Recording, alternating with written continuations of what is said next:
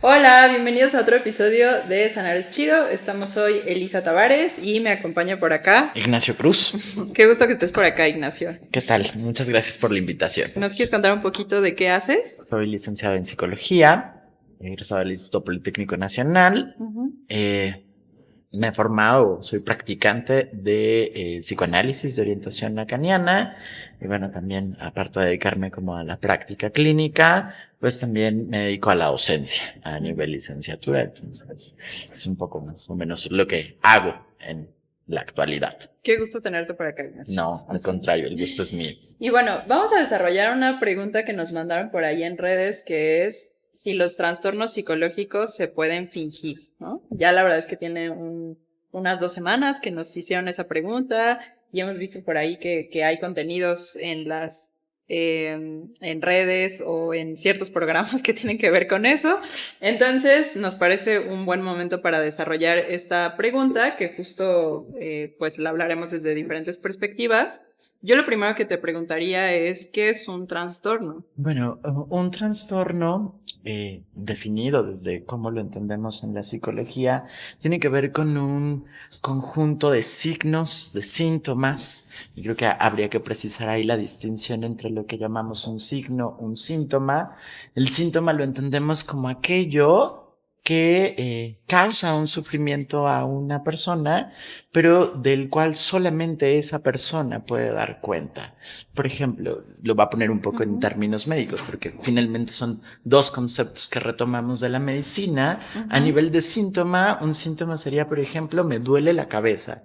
No tenemos una manera, digamos, vía la observación. Quizás de pronto las personas se tocan la sien, fruncen el ceño. Sí, pero no podemos ver el dolor desde afuera. Exactamente, no lo podemos medir, es una valoración subjetiva. Podemos preguntarle en una escala del 1 al 10 qué tanto te duele la cabeza y dependemos de la interpretación subjetiva de la persona para nosotros darnos cuenta que algo está pasando. En comparación con los signos, que los signos sí tienen una manifestación observable y medible. Por ejemplo, cuando tenemos fiebre, la temperatura corporal está dentro de una magnitud. Si ¿Se puede medir? si se excede esa magnitud, entonces ya podemos decir tiene fiebre. Entonces, cuando hablamos de un trastorno desde la salud mental, hablamos de un conjunto de síntomas, de signos que el clínico, pues ser el psiquiatra, el psicólogo, explora a través de una entrevista para determinar cuál es el sufrimiento, la queja, la demanda que una persona puede tener. ¿Qué hacemos? Por ahí del siglo XIX, un señor llamado Kraepelin finalmente empieza a hacer conjuntos, identifica que hay personas que presentan al mismo tiempo una serie de conjuntos, de signos, de síntomas que le causan malestar, y entonces se empieza a agruparlos en cuadros que después nosotros denominaremos trastornos. Y entonces, por ejemplo, tenemos los llamados trastornos del estado de ánimo, que son un conjunto de signos y síntomas referidos al estado de ánimo. Por ejemplo, podemos encontrar la depresión, podemos encontrar el trastorno bipolar, tenemos otro conjunto de trastornos que tienen que ver, por ejemplo, con los trastornos psicóticos, que son cuando las personas, digamos, su principal característica es que las personas pueden perder el contacto con la realidad, y tenemos ahí la presencia de delirios, de alucinaciones. Tenemos también, por ejemplo, los trastornos de la personalidad, que tienen que ver con un patrón de comportamientos, de signos, de síntomas que finalmente determinan cómo la persona responde, actúa ante determinadas situaciones y que se mantienen más o menos estables. Antes de seguir con estos cuadros, Ignacio, hablamos de que tu experiencia viene también mucho desde el psicoanálisis. En estos episodios hemos hablado de que los enfoques terapéuticos son muy diversos y que pues hay miradas diversas ante todos estos aspectos, en este caso también hacia los trastornos. ¿Cuál sería la mirada desde el psicoanálisis hacia lo que es los trastornos? Creo que es importante mencionar que todo esto que acabo como de explicar trae una tradición médica, medicalizante detrás, ¿no? Y es un poco la noción que nosotros heredamos de la psiquiatría. Entonces, este tipo de diagnósticos están anclados a lo que se conoce como el manual de trastornos mentales, ¿no? El manual diagnóstico estadístico de trastornos mentales, el llamado DSM. Hoy vamos en la versión 5, texto revisado. Sí, que va cambiando. Exacto, cada cierto tiempo van modificando y entran trastornos, salen trastornos. Un poco desde el psicoanálisis, la función del diagnóstico es distinta. Por supuesto, entendemos que hay manifestaciones clínicas significativas y que nos hablan del sufrimiento de las personas, de los sujetos.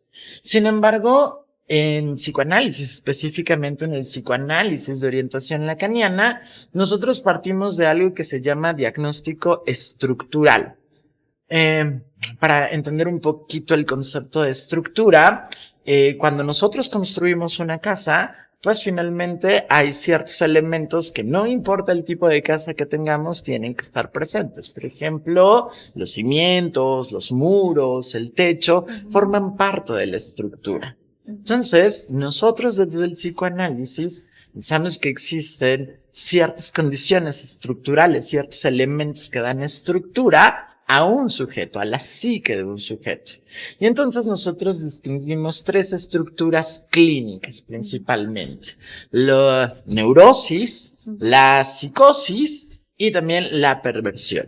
Dentro de las neurosis nosotros podemos distinguir, por ejemplo, entre lo que nosotros seguimos llamando, que a algunas personas les cuesta trabajo, les causa como escozor, entre, por ejemplo, la histeria y la neurosis obsesiva. En la psicosis podemos distinguir entre la paranoia y la esquizofrenia. Y bueno, la perversión, ahí no tenemos tanta distinción porque la perversión es un espectro muy amplio. Pero ¿de qué va el diagnóstico estructural? Cada una de estas estructuras clínicas tiene una forma de relacionarse con sus objetos de manera muy particular. Es decir, lo voy a poner como en estos términos. Un histérico, una histérica ama de una forma en específica, desea de una forma específica. ¿Podrías poner algunos ejemplos de eso? Porque luego creo que, sobre todo para las personas que no están tan en contacto con la psicología, puede ser como no tan claro. Siendo un poco, porque es más complejo que eso, pero por ejemplo decimos, los histéricos, las histéricas pueden sufrir por amor. Se pasan la vida sufriendo por amor, por ser amados.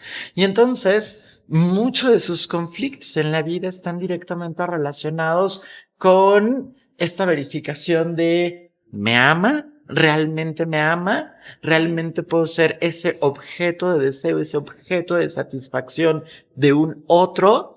Entonces, un histérico, una histérica puede pasarse la vida verificando que efectivamente está ocupando esa posición de el objeto que el otro puede desear. Entonces, un poco desde ahí vamos entendiendo este diagnóstico a partir de lo que la persona puede compartirnos a partir de su discurso. Un obsesivo, por ejemplo, puede sufrir del pensamiento y se debate entre hacer las cosas y no hacerlas. El obsesivo sufre por lo que piensa y entonces puede imaginarse muchas cosas de lo bello que sería llevar a cabo eso que tanto desea, pero se lo consume el pensamiento. Le cuesta trabajo llevarlo a cabo y entonces se deleita un poco en esto que nosotros llamamos la erotización del pensamiento. Y entonces puede imaginarse muchos escenarios, pero se queda ahí, en el pensamiento sin llegar nunca a la acción concreta. Entonces, digamos que eso es 2 características muy puntuales de estas dos estructuras clínicas, entendiendo la histeria y la obsesión. El psicótico es otra entidad clínica completamente distinta, porque el psicótico, dependiendo si estamos hablando de la paranoia o la esquizofrenia, pero una característica es que hay un objeto persecutor que generalmente es malo y entonces sufre por estar interpretando en la realidad objetiva, comprueba que ese objeto que lo persigue sigue ahí insistiendo y entonces hay una ruptura con la realidad porque finalmente eso por lo que sufre pues no lo podemos ver los demás, ¿no? Está la alucinación como esta manifestación de que él escucha voces, él puede percibir olores, cosas que no existen en la realidad objetiva o incluso, esto es más característico de la esquizofrenia,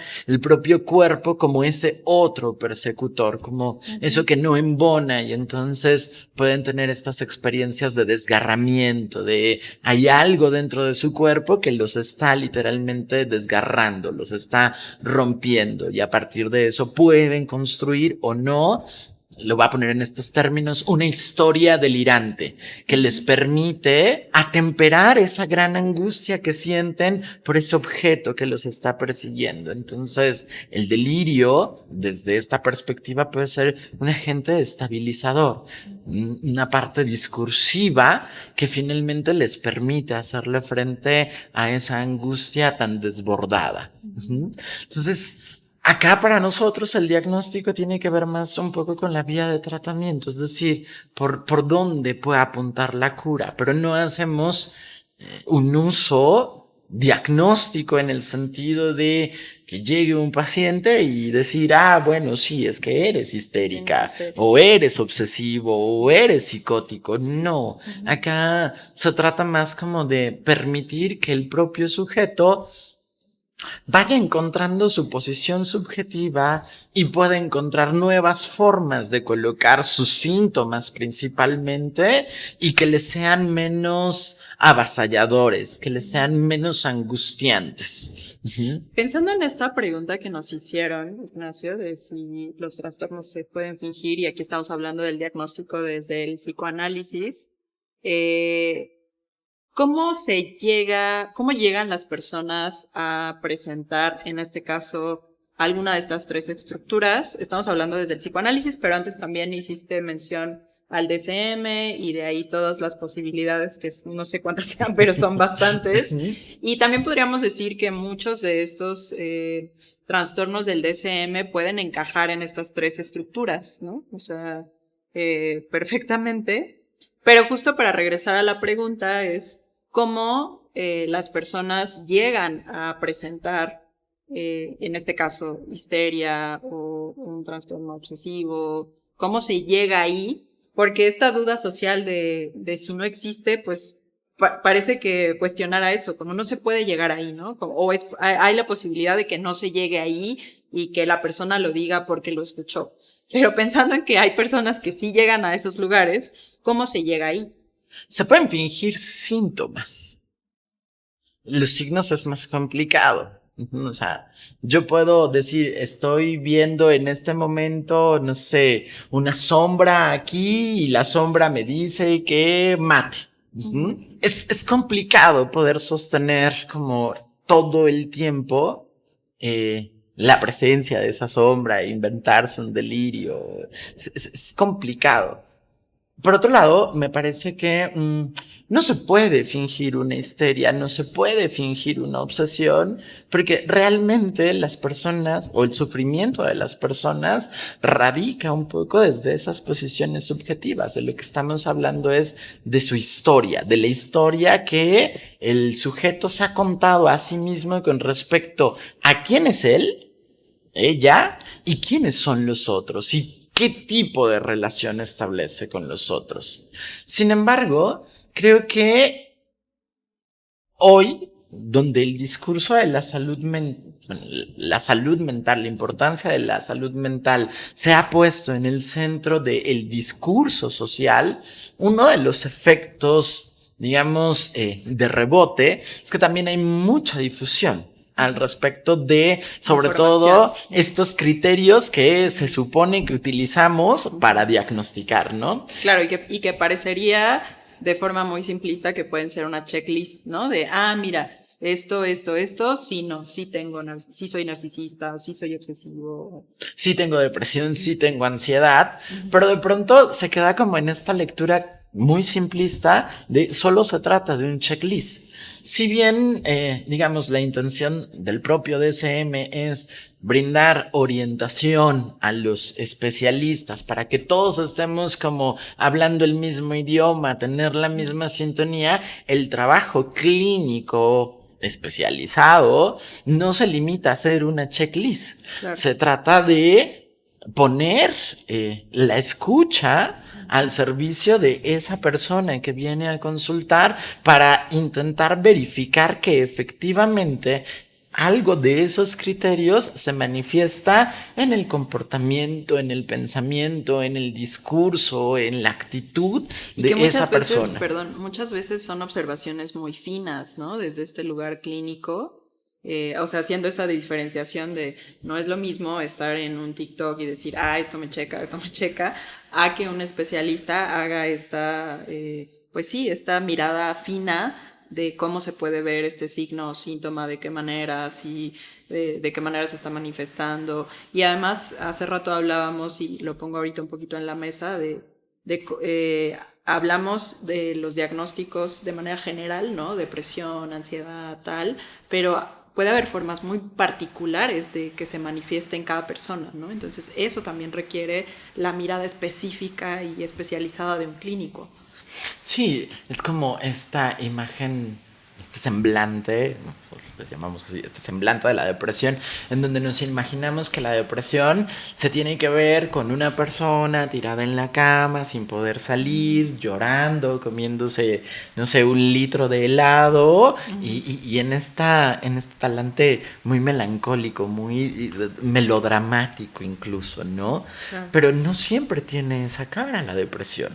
O sea, hay gente que puede estar atravesando por un cuadro melancólico, por un cuadro depresivo y no estar tirada en la cama y no tener un semblante triste, pero simplemente es incapaz de disfrutar su vida diaria, su cotidianidad, el contacto con otras personas. Y eso es una fuente de sufrimiento que a veces se queda en la vivencia singular y frente a los demás puede parecer que funciona. Bueno, está como raro, como muy callado, pero... O a lo mejor está irritable, ¿no? Está muy enojado todo el tiempo, pero así es él o así es ella. Sin esa finura, porque no corresponde con esta visión idealizada o este semblante que se ha hecho de la depresión. Entonces creo que uno de los peligros hoy por hoy en ese sentido es esta sobre información, por decirlo de alguna manera, esta exposición de mucha información referente a la salud mental, y entonces pareciera que la cuestión del diagnóstico ya es incluso todos podemos diagnosticar o decir algo con respecto a la salud mental de los demás. O incluso invalidar esto, ¿no? Invalidar si otra persona tiene o no un diagnóstico. Hablamos un poquito hace rato también de esta cosa mediática de la Casa de los Famosos, y entiendo que esta semana hubo, o no sé qué semana, la verdad, sí, una discusión de alguien diciéndole a otra persona, tú no tienes depresión y utilizas solamente tu depresión para victimizarte, algo así. No sé si tú la tengas más clara, pero creo que también dentro de esos riesgos de los que hablamos, ¿no? Sí, claro, por supuesto. Y es que este sujeto, mencionar su nombre vale la pena, creo que todos podrán identificar de quién estamos hablando, pero bueno, y sobre todo desde este lugar que después descubrimos que era psicólogo y no sé, o sea, atreverse a decir, ¿no? Tú utilizas el diagnóstico porque en realidad no padeces depresión. Hay que tener cuidado con esos discursos tan tajantes. Sí, que pueden ser violentos, de hecho, ¿no? Son violentos, sí, ¿no? Yo ahí recuerdo, de hecho, mucho a uno de nuestros maestros, no sé si también fue maestro tuyo, que también se llamaba Ignacio, y él tiene una frase que a mí se me quedó grabadísima: de toda interpretación fuera de contexto es una agresión, ¿no? Y a mí me queda grabada, por ejemplo, como para esa situación, ¿no? Es como, a ver, o sea, en qué contexto le estás diciendo que tu diagnóstico no es válido, ¿no? Y desde qué lugar, y por muy psicólogo que seas, y a mí me queda muy grabado por eso, y me parece que es algo muy común ahora en tiempos de TikTok, que todo mundo, sobre todo como psicólogos que se quieren volver como muy mediáticos y tal, y agarren como contenido de personas como... sí, tal vez como de TikTokers y cosas así, que suben cosas como muy personales. Y yo la verdad sí tengo un tema con quienes lo utilizan para analizarlo desde una mirada como, pues sí, como terapéutica, o desde su perspectiva más profunda, porque siempre me llega esa frase del profesor, ¿no? Es como, Sí, claro. toda interpretación fuera de contexto es una agresión. O sea, si no está en tu consultorio, ¿qué demonios haces analizando qué y para qué y desde qué perspectiva y a quién le sirve eso, ¿no? Y creo que solo es algo que se utiliza, pues, por el morbo, ¿no? Porque además me da esta sensación de que la gente se puede sentir como importante, de sentir que sabe algo muy, no sé, muy relevante de la persona que sigue, que finalmente a mí me parece como una ilusión, ¿no? Y que además es peligroso en el sentido de es una visión sesgada, porque evidentemente, no sé, podemos, esto mucho de los videos de reacciones, ¿no? Reaccionando a tal cosa. Pero Claro, estamos exacto. viendo un momento, una fotografía, un instante. ¿Qué hay detrás de todo eso? Creo que eso es lo valioso para poder llevar a cabo un buen diagnóstico y también poner, creo, en duda hoy por hoy la utilidad del diagnóstico o el peso que se le da al diagnóstico. Por supuesto que hoy tener un diagnóstico tiene un valor.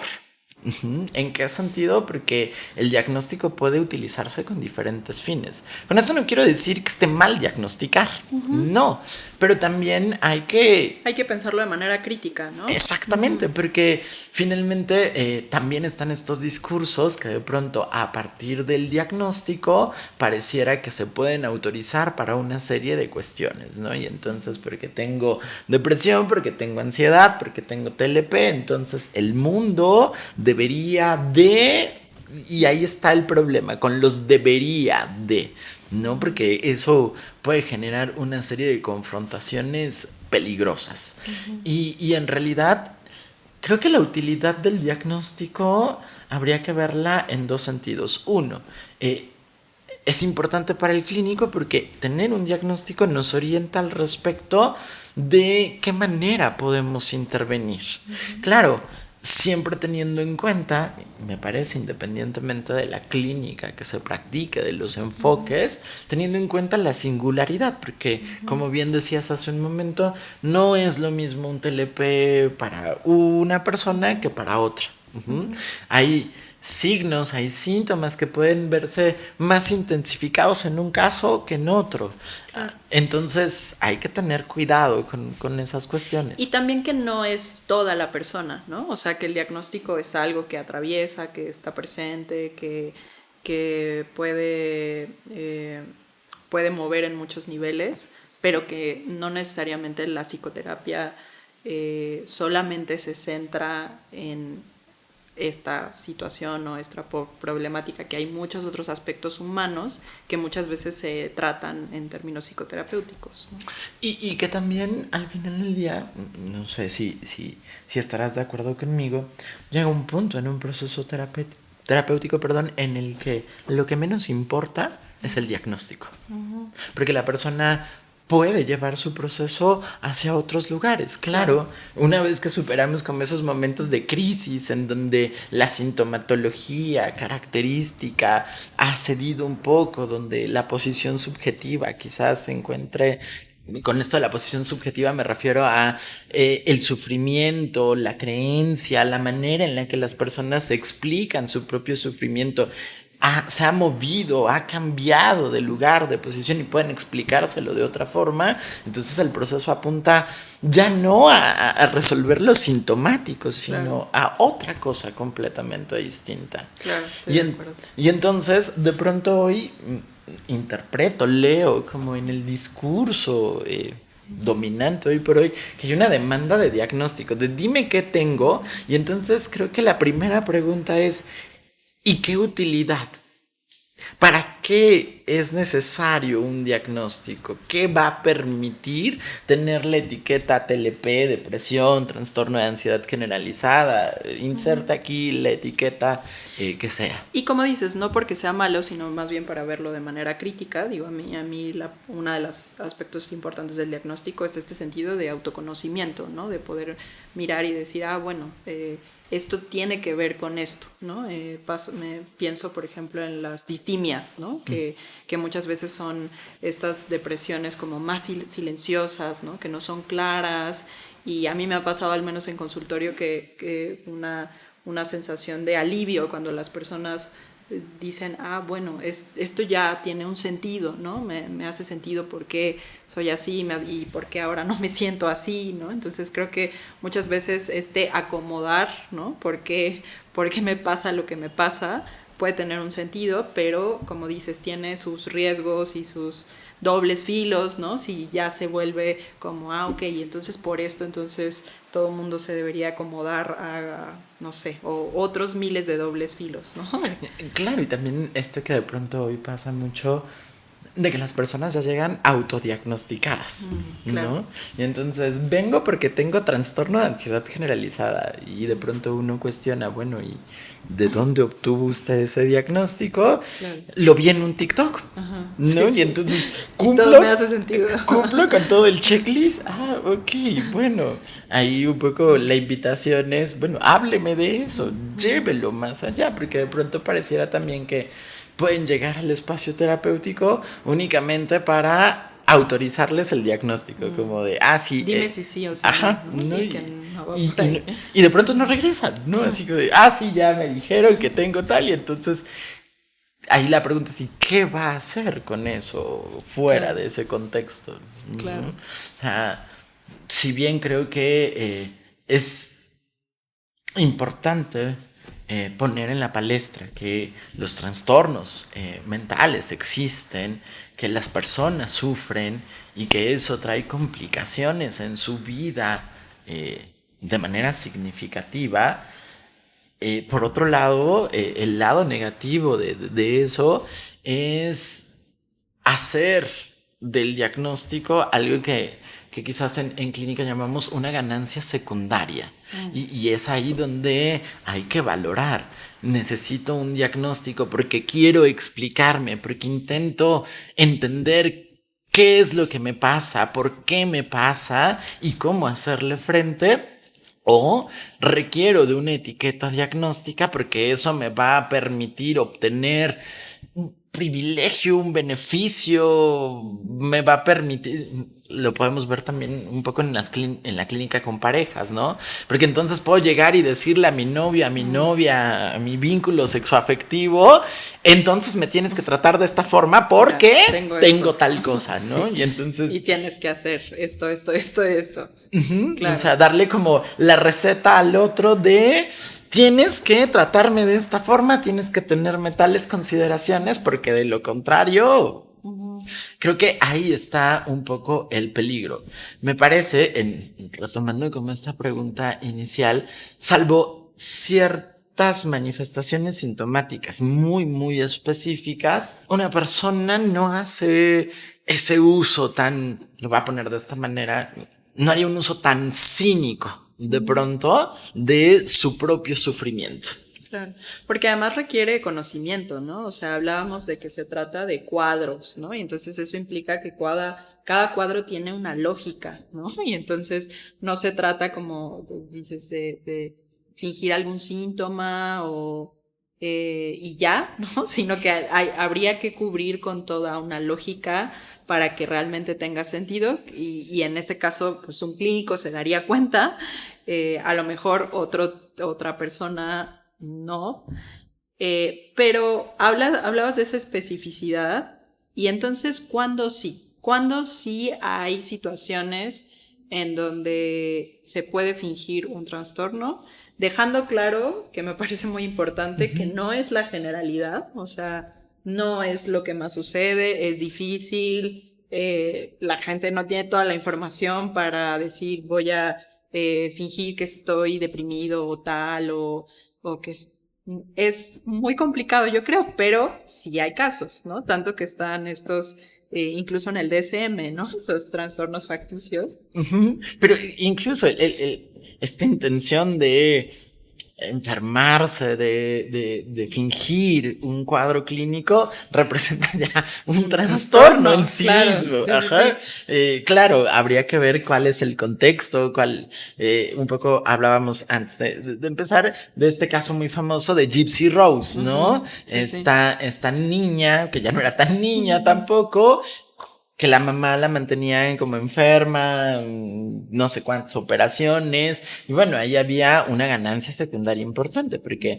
a partir de mantener a la hija con todas estas enfermedades físicas, la mayoría de ella, pues ella podía mantenerse, podía vivir, le dieron una Y casa. obtener atención y además, pues entiendo como incluso una imagen de mamá abnegada y amorosa, ¿no? Lo cual era todo lo contrario, pero sí era toda una estructura de lo que ella recibía a través de esta simulación.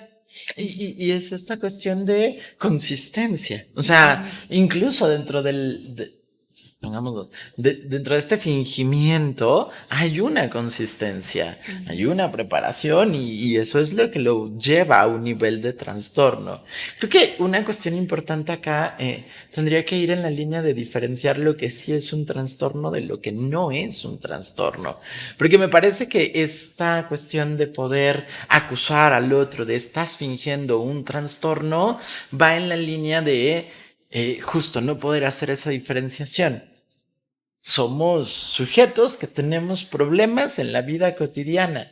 Y entonces puedo tener, es que no son síntomas, puedo reaccionar de formas que podrían ser características de algún cuadro de un trastorno, pero no se mantienen a lo largo del tiempo. O sea, de pronto voy a presentar un examen y entonces es con ese profesor que es muy exigente, que ya sé que sus exámenes son muy difíciles y entonces puedo experimentar la ansiedad, pero es una ansiedad esperada, es una ansiedad normal.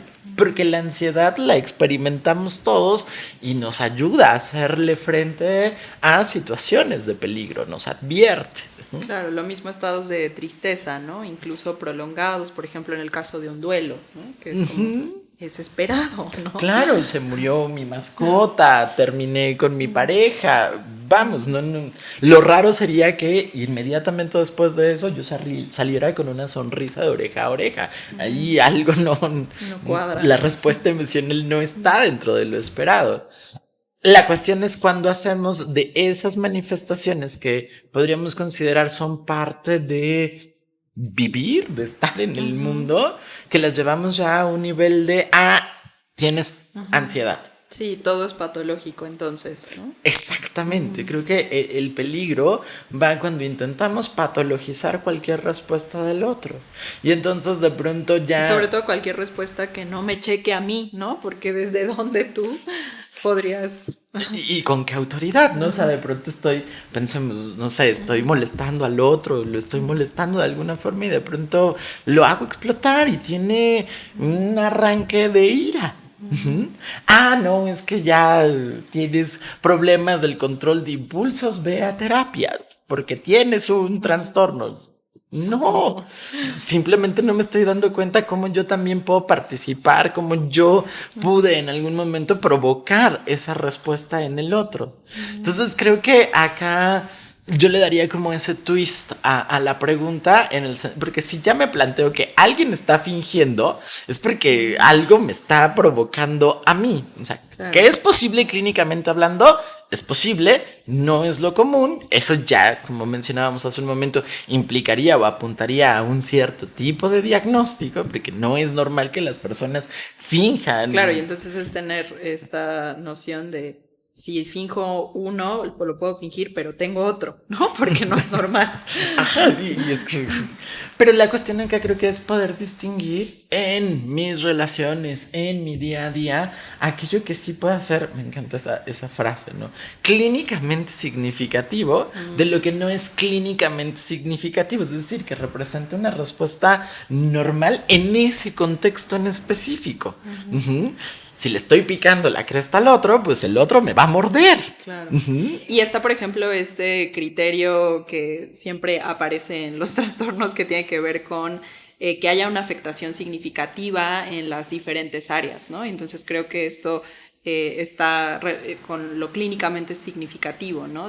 Bueno, justo, no es lo mismo tener una tristeza profunda porque acabo de terminar con alguien a que después de muchas situaciones de la vida, pues esa tristeza justo no me permita trabajar, no me permita vincularme con las otras personas, no me permita hacer mi día a día, ¿no? Entonces, justo como dices, tener esta diferenciación de reaccionamos y las personas, pues en este contacto con el entorno tenemos diferentes tipos de respuesta y estas respuestas no tendrían por qué patologizarse en nuestra cotidianidad y solamente desde espacios clínicos pues habría esta posibilidad de que se alinea un diagnóstico que regularmente tienen que ver con que este criterio se cumpla, ¿no? Que exista una afectación en estas diferentes áreas. Y otro que sea persistente a lo largo del tiempo. Pero creo que también acá una distinción que me parece importante acotar es las personas que llegan al espacio terapéutico no necesariamente van a tener un diagnóstico. ¿En qué sentido? En que no todo aquel que va a terapia presenta un trastorno. Claro. Y esa es una distinción que me parece fundamental y en la que, por ejemplo, con mis estudiantes no me gusta escatimarla, me gusta como que se vayan con esa noción, porque de pronto también en estos paralelismos entre la medicina y la psicoterapia y que de pronto pareciera que funcionan de la misma forma y no es cierto, no funcionan de la misma forma. Porque claro, conocemos esto de los derechos del paciente y entonces uno de los derechos del paciente tiene derecho a recibir un diagnóstico. Desde la medicina. Exactamente. Y entonces en psicoterapia a veces las personas van porque sufren, pero su sufrimiento singular no corresponde necesariamente a estas entidades clínicas que están establecidas en el manual. O sea, habría que pensar el diagnóstico desde otra perspectiva y no solamente esta perspectiva patologizante, medicalizante en el sentido de, entonces tengo tal cosa y cuál es el tratamiento. No, creo que el espacio terapéutico brinda otras posibilidades en donde finalmente yo puedo acudir porque me siento mal en una situación en particular, porque me gustaría mejorar la manera en la que me relaciono. No es mala, pero quiero mejorarla o quiero tomar una decisión importante en mi vida y necesito saber mis herramientas. Y que no va necesariamente en la lógica de lo patologizante y entonces voy a llegar y voy a recibir uno de los 300 y tantos diagnósticos que vienen en el manual. No va en ese sentido. Y creo que eso es importante remarcarlo constantemente, porque también de pronto hay personas que pueden llegar al espacio terapéutico con una demanda de, bueno, ¿y qué tengo? ¿No? Y creo que también sería válido, pues, la demanda, pero también desde ahí pensar que hay enfoques que pueden responder mejor o no a esa demanda, ¿no? Y entonces desde ahí, pues que la persona busque tal vez un enfoque psicoterapéutico que sea más alineado a trabajar con un diagnóstico desde el principio, que no todos, en el caso del psicodrama tampoco es por ahí, ¿no? Pero justo, pues si tienes esa necesidad, que se busque desde el enfoque terapéutico más afín, ¿no? Claro, y por supuesto también, a fuerzas ni los zapatos entran. Y entonces sí, claro, de pronto puede que exista esta gran necesidad de explicarme lo que me está pasando o también a veces de explicar lo que le está pasando a otro más muy cercano a mí. Y entonces, pues es que tiene que ser, o sea, es como este chiste, ¿no? De huele a pizza, sabe a pizza, tiene forma de pizza, entonces es una pizza. Y no, puede ser otra sobre cosa. Todo en esto es muy complicado. Hablábamos, de hecho, antes de iniciar del tema del narcisismo, ¿no? Y hablamos que está como muy en boga en redes sociales, y a mí al menos sí me ha pasado en consulta o incluso con amistades, ¿no? Que esté este tema como de mi novio es narcisista, ¿no? Mi pareja tal, y pues hay tanta información como mencionas, pero al mismo tiempo pues no existen estas miradas pues entrenadas que da una formación en psicología, en psicoterapia, en psiquiatría, tal, para poder mirar el diagnóstico específico que habrá que decir muchas veces puede ser difícil hasta para el clínico, ¿no? Entonces, o sea, por eso hacemos supervisiones y por eso hablamos con otros colegas, ¿no? Porque no es tan sencillo, ¿no? Pero sin embargo, sí abunda también quiero diagnosticar al otro, ¿no? Quiero saber si mi pareja tiene esto, quiero. Y como dices, habría que cuestionar mucho para qué queremos esa información. Y es que incluso desde la propia medicina, por ejemplo, la noción del diagnóstico es orientadora en el sentido del tratamiento. Ah, bueno, tienes un cuadro de apendicitis, entonces el tratamiento va en este sentido. Claro, cuando se trata de la salud mental no es tan sencillo, no es como te quito el apéndice y ya vas a estar bien sano otra vez. No, es un poco más complicado. Pero el diagnóstico en todo caso es una orientación con respecto al curso que puede tomar el proceso terapéutico. El problema es que se ha confundido con una identidad. Y ahora los diagnósticos pareciera que representan identidades. Y entonces ahí es cuando empezamos a tener problemas porque no apunta, me parece, a una intención terapéutica. Apunta a una cuestión un poco más petrificante, no puedo salir y no soy otra cosa más que esta etiqueta y ahí es donde empezamos a tener problemas con esto del narcisismo. Híjole, ahí podríamos discutir muchas cosas al respecto, pero oficialmente solo existe un trastorno narcisista de la personalidad. Es el único reconocido. Hay otros discursos. No está esto del narcisista estructural, oscuro y no sé cuántas cosas más han querido como... Pero también hay que aprender a distinguir. O sea, creo que acá el tema es aprender a distinguir entre un trastorno narcisista que no tendría por qué la gente distinguirlo per se, pero bueno, tiene unas características muy particulares y otra que están en una relación violenta. Claro. Y de pronto me parece, esa es una opinión muy personal, que se ha utilizado como este tipo de categorías diagnósticas como para intentar cubrir que de fondo lo que hay es una relación violenta, donde se ejerce mucha violencia. Claro, y que desde ahí la intervención puede ser totalmente distinta. Porque incluso el diagnóstico a veces se utiliza como una forma de desresponsabilizar al otro de sus comportamientos, sus opiniones, su manera de conducirse. Y eso también puede resultar peligroso en muchos contextos. Bueno, me parece que a este punto ya hemos desarrollado la pregunta desde diferentes perspectivas. ¿Cuáles serían los puntos para ti más importantes? Yo me gustaría insistir como en esta parte de el diagnóstico no es algo que todos podamos realizar. Claro, puedo identificar algún rasgo, alguna manifestación, pero que otra vez insisto, ¿no? Que de pronto alguien se enoje, que de pronto alguien se sienta angustiado y que de pronto se sienta triste, no es signo de alarma.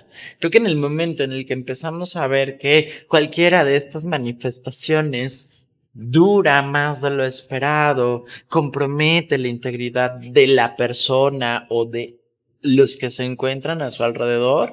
Entonces, antes de intentar hacer nuestro propio diagnóstico, creo que la ruta más recomendable es que puedan acudir a un espacio terapéutico con la persona que sea de su confianza para que finalmente, si es necesario diagnosticar, pues se provea el diagnóstico correspondiente.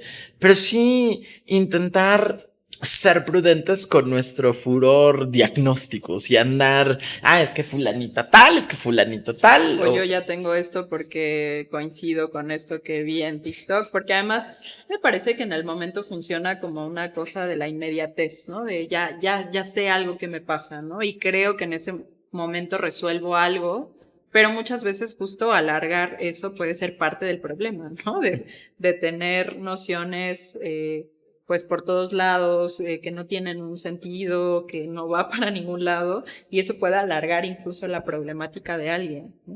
Incluso haciendo este paralelismo con la frase que mencionabas de nuestro profesor, creo que podríamos también añadirle un diagnóstico sin tratamiento no sirve para nada. Y a mí me parece también importante repetir su frase de toda interpretación fuera de contexto es una agresión. Entonces, si el contexto no es el consultorio, una cuestión psicoterapéutica de diferente enfoque, si me interpretan fuera de ese lugar y me dicen que tengo, que no tengo, que soy, pues es algo agresivo, me parece una palabra bonita, porque creo que la palabra sería violento, ¿no? Es violencia. Sí, y tener cuidado también de quién viene y pensar siempre cuál es la intención, cuál es el propósito de eso. Ah, insisto, el espacio terapéutico va más allá de la patología. Creo Claro. que esa reflexión podría yo cerrar. O sea, no todas las personas acuden a un espacio terapéutico por poseer un trastorno, por tener una patología. Sufrimos y el espacio nos ayuda a aliviar esos sufrimientos. Me parece excelente eso para cerrar. Y pues bueno, los esperamos en siguientes episodios de Sanar es Chido. Por ahí nos pueden seguir dejando sus preguntas, como esta vez podemos desarrollarlas en algún episodio y nos vemos luego.